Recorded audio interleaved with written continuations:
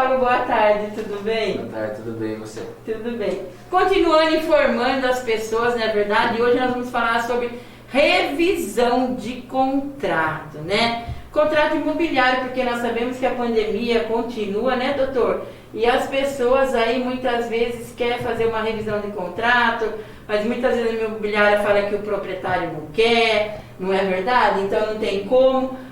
Doutor, como advogado, existe lei que pode estar fazendo essa revisão? Queria que o senhor falasse um pouquinho sobre isso. Claro, não.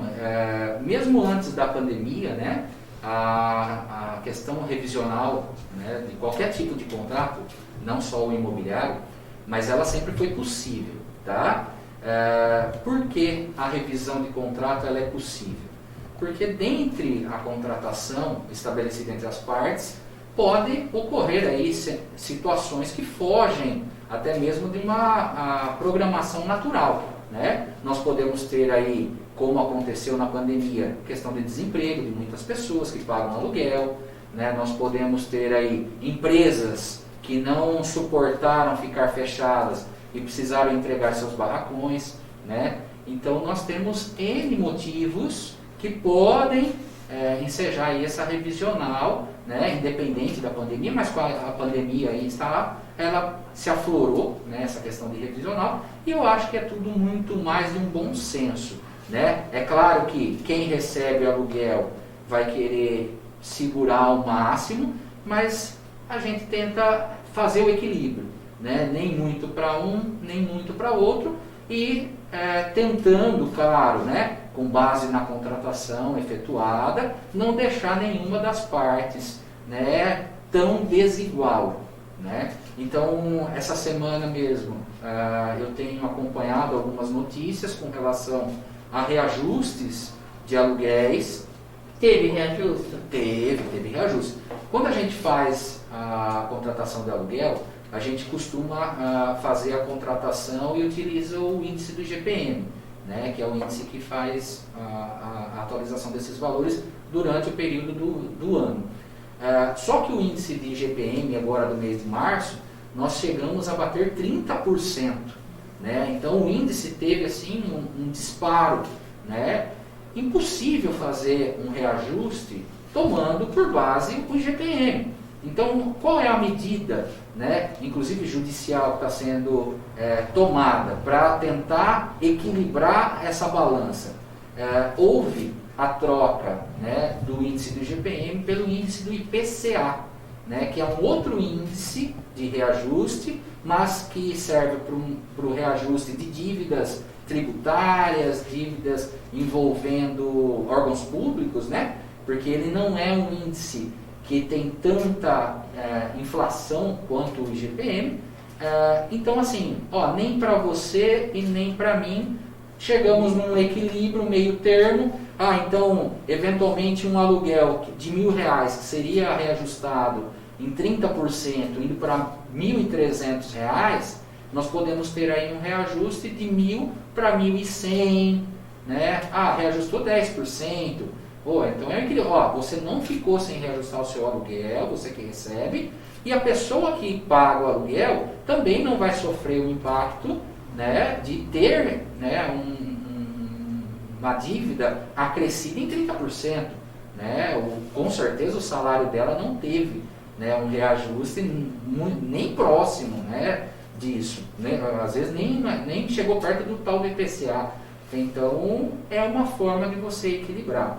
A gente já vinha fazendo acompanhamento de contratos bancários, né? Questão de cartão de crédito, juros. Hoje nós temos essa questão do imobiliário, nós temos aí questão de financiamento, né? Clientes nossos que tinham financiamento, por exemplo, de veículo. Né? O ano passado, por volta do meio do ano, junho, julho, as próprias instituições elas começaram a colocar disponível para os seus clientes, né, para os correntistas, e as pessoas que tinham só o financiamento de veículo, a opção, a mesma opção que o governo foi fazendo com a dilação de prazo para pagamento, os bancos também fizeram isso. Né? Mas não é porque o banco é bonzinho, Não é isso. É porque se ele endurecer, para ele é pior. Né? Nenhum banco tem a intenção, né, de fazer o financiamento para o correntista e pegar o bem de volta. Ele quer o dinheiro. Então, assim, se eu não fizer essa mesma medida que o governo tomou, para mim vai ser prejudicial. Então, o que eles fizeram? Você entrava no site, fazia o cadastramento, eu tenho um financiamento que vence agora. E eles te davam a opção de jogar essa parcela para o final, né? Ela vai ter um acúmulo de juros, mas não eram juros exorbitantes, né? Respeitado o juro contratual mesmo, mas não era um impacto financeiro tão grande. Então compensava fazer isso. A pessoa muitas vezes ficou 3 meses sem pagar o financiamento do carro, não teve busca e apreensão, não teve o nome negativado. Então foi uma medida que se tomou com relação a isso, né? Então hoje, os bancos, a gente percebe que eles tentam evitar ao máximo o litígio, né? E eles tentam evitar ao máximo o litígio. A gente vê propagandas, por exemplo, de bancos, onde nós sabemos que o juro do cheque especial é o mais alto do mundo até, né? Mas o que os bancos têm feito para diminuir o impacto financeiro para eles? Também para eles não é vantagem ficar entrando com ações, né, entupindo o Poder Judiciário com ações, né, visando o recebimento. Medida administrativa dos bancos nós temos um juro de cheque especial de 14%, 15%. Tá? Vamos fazer uma política, que isso está em toda a mídia, nós parcelamos o seu cheque especial pela metade dos juros. Compensa. Para eles, tomar esse tipo de atitude administrativa, compensa. Né? Então, eles já se anteciparam, né, e começaram a fazer essas negociações. Né? Muitas vezes as pessoas acham que isso é uma baita de uma vantagem. Né? Mas eles não estão perdendo. Não estão perdendo nada. Tá? Então, é só para evitar esse tipo de situação. Né? Essas duas decisões que eu recebi essa semana, elas fizeram essa adequação coerente, né? Como até mesmo a gente já tinha comentado, né, na entrevista anterior. Nós tivemos também a prorrogação de entrega da declaração de imposto de renda. Sim. Né? Então isso também acompanhou o que aconteceu o ano passado. Então as pessoas também vão ter mais um tempo para entregar e para fazer o pagamento. Né? Então são medidas que a gente percebe que não é a lei que está forçando. Tá? É importante que as pessoas tenham isso em mente. Muitas vezes a gente não se respalda 100% na lei. Existe a lei, só que tudo, né, a gente faz esse tipo de orientação, tudo é bom senso. Né? Então, numa situação como essa que nós estamos vivendo, se você não tiver bom senso, você não consegue prosperar e não consegue dar um passo para frente. Você vai ficar estagnado. Né? Então, vamos tentar readequar as situações, né? E a gente consegue pelo menos dar um passo, não fica ruim para ninguém. Né? Não está bom para mim, mas podia estar pior. Né? Podia estar pior. Então, assim, menos para mim, menos para o outro, equilibramos a balança e vamos em frente. Doutora, uma dúvida minha e eu acho também de quem está nos assistindo, né? Existem muitos contratos de aluguéis que o contratado chega na imobiliária e eles falam assim, não, o dono da casa não quer fazer acordo, é esse preço mesmo, você que sabe. E aí, como que fica essa situação? Ele tem direito, não tem direito, como que é? Olha, ele pode, né, tá tentando a via administrativa, como ele fez, né? Não consegui, né? Isso, ele tem duas saídas. Quais são as saídas? Né? Ou ele procura o Poder Judiciário, né? Demonstra a situação de vulnerabilidade, né, e que ele está vivendo para tentar fazer, como aconteceu com essas duas empresas que entraram na justiça para fazer o reajuste do aluguel e que não fique ruim para todo mundo, ou ele toma a medida, né, administrativa mesmo de procurar um outro imóvel que cabe no orçamento dele, né, e que aí eventualmente ele tenha uma situação mais maleável com a imobiliária, até mesmo com o outro proprietário. Então, o proprietário, ele tem o direito, se quiser, não fazer acordo nenhum. Ou não, você aceita claro, isso, ele está no direito não. dele, ele está no direito Tá. dele de não querer, não, é 30% IGPM, eu quero o índice dos 30%. É o que está no contrato? É. Mas se entrar na justiça, vai correr o risco de ter uma decisão desfavorável para o proprietário, né, que não seria aquela que ele tanto está batendo para ter. Mas isso vai longe. E acho desnecessário. No momento hoje, realmente é desnecessário. Porque assim, a conta que você faz o meu inquilino, ele me procurou para fazer um reajuste menor. Eu não aceitei. Ele tem a possibilidade de entrar na justiça. Eu vou ter que contratar advogado, né? Eu vou ter todo um desgaste processual em volta dessa medida, dessa resistência que eu estou tendo, e lá na frente, essa minha resistência ela pode representar zero. Porque o juiz pode intervir na situação e falar, eu acho que para readequar aqui, para ficar bom para as duas partes, eu mudo o reajuste, e aí, reduziu de 30 para 15. Você já não podia ter dado os 15 para o seu inquilino? Entendi. Teria entrado num acordo extrajudicial, não teria gasto, não teria tumultuado o Poder Judiciário com isso, né? E teria ficado numa boa. Eu vou bater em cima dos 30 porque está no contrato, então vamos gastar com recurso. Então tudo isso é desnecessário hoje, né? Eu não vejo uma atitude tão drástica assim, né? Pelo menos a gente orienta, fala, é mais fácil a gente fazer a composição, né? Vai sair mais barato, né? E a gente consegue Você sabe adequar. que eu achei interessante isso que você disse, né? Porque se a pessoa ela não está contente com aquilo que ela está pagando, é que nem o doutor Saulo disse, né? Procura outro, né? Sim. Eu vejo assim que no nosso Brasil nós acabamos sofrendo porque muitas vezes a gente não tem esse tipo de atitude.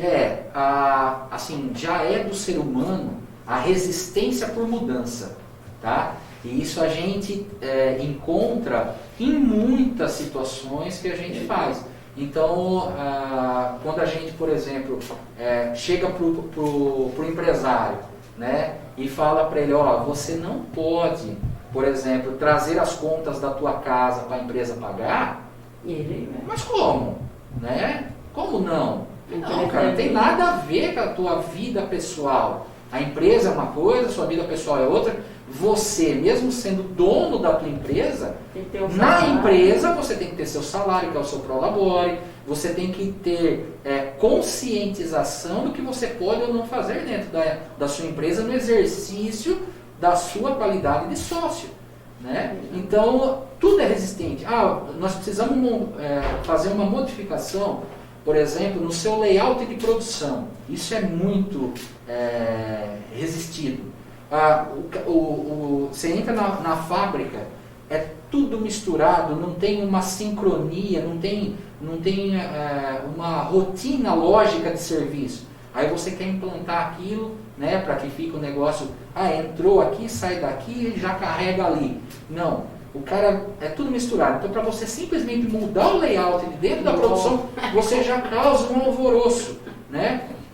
Então, infelizmente, a gente tem essa questão de resistência. Tudo que é mudança, né, na vida de qualquer um, em qualquer sentido, né? A primeira coisa é a resistência. Mas vou ter que mudar, vou ter que me readaptar.